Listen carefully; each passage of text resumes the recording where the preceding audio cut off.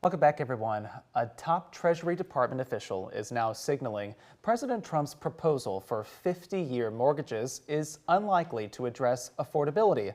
That is according to reporting from our news partners at The Hill.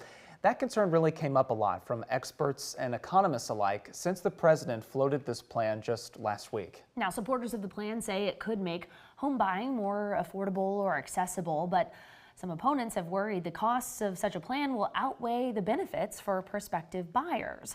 So joining us today to help wade through the impact of a proposal like this is Caitlin Gorback. She's an assistant professor at the McCombs School of Business at UT Austin, and her research is focused on urban economics and real estate as well. So Caitlin, thanks for being here. Thanks so much for having me. We really appreciate it. So break down the basics for us. It may seem obvious to some, but what are really the pros and cons of this? How would a plan like this impact people?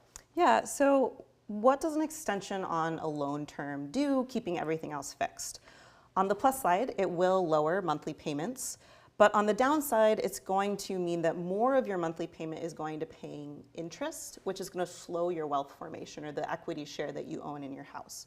So whether that trade-off is worth it to you is a really hard question. It's going to depend on the time you think you're going to stay in the home, what your money could otherwise be doing, whether you plan to refinance.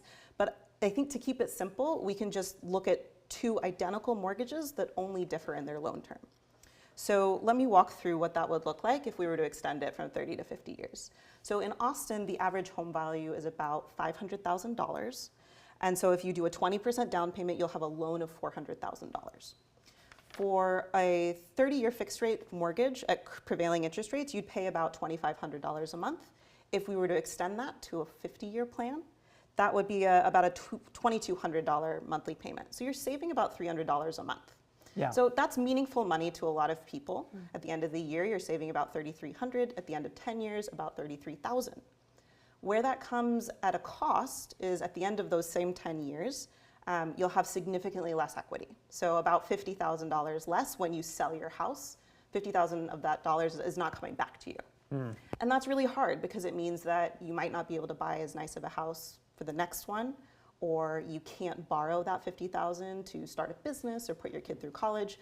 So you're trading off lower cash flows now for less wealth in the future. So well explained, and Absolutely. Man, a tough decision for so many folks at home. Yeah, and you were mentioning, Professor, that this will be coming up during your class next spring whenever you're going to be teaching that. Yeah. How are you planning to pose something like this or a situation like this to your students? Yeah, so I think just having the students really work through what these monthly costs are is really important. So I think many of my students take the class thinking that they want to be an investor in real estate or operate real estate. But it's really important that I teach students how mortgages work because it is the biggest financial liability that households are going to have on their balance sheet for most of us. And we don't do a good job of breaking this down. And it's not something you're going to learn about easily because you only mortgage a few times in your life. Sure, and it's a significant amount of money for somebody each month to be able to cover those costs too. For sure. And we heard some fairly strong reactions about this particular idea from Washington, but how did you think it landed with not only yourself, but other experts in this field in academia? Yeah, I don't think that many of my colleagues see this as a solution for the affordability crisis that we're currently in. Okay. And so in the example that I walked you through, we were assuming all else equal, meaning no demand response, meaning the same exact interest rate. In reality, both of those are likely to not be the same. So for example, 30-year mortgages have a higher interest rate than 15-year mortgages. And that's because the lenders realize that there's just a lot more time for something to go wrong and for you to default or delay payments to them. And they're going to charge you for that. So extending it to 50 years, we might also expect the interest rates would actually be marginally higher.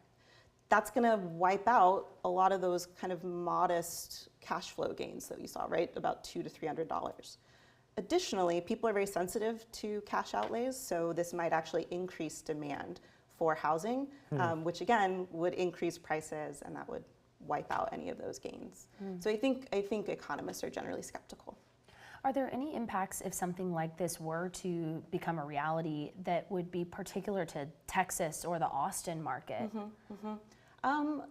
Interest rates tend to be geographically, there's a lot less variation geographically than we would expect, and that comes from the fact that Fannie and Freddie are buying a lot of these mortgages and offering kind of a national backstop.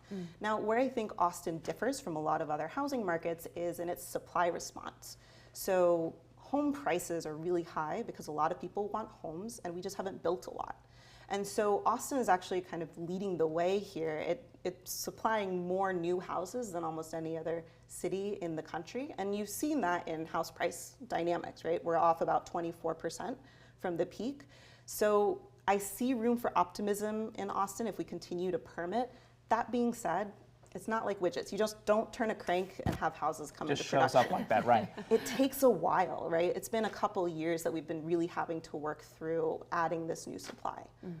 But that's where I hope the bright light is here in Austin. And certainly lots of policies are going to be put forward out there. We'll be following that on a separate side of things. But Caitlin Gorback, we appreciate you coming in and sharing some more insight because this topic can be a little heady for some people. For so sure. I think this is a little bit more understandable for them to take home with. But thank you again for being with us. So happy to be of help.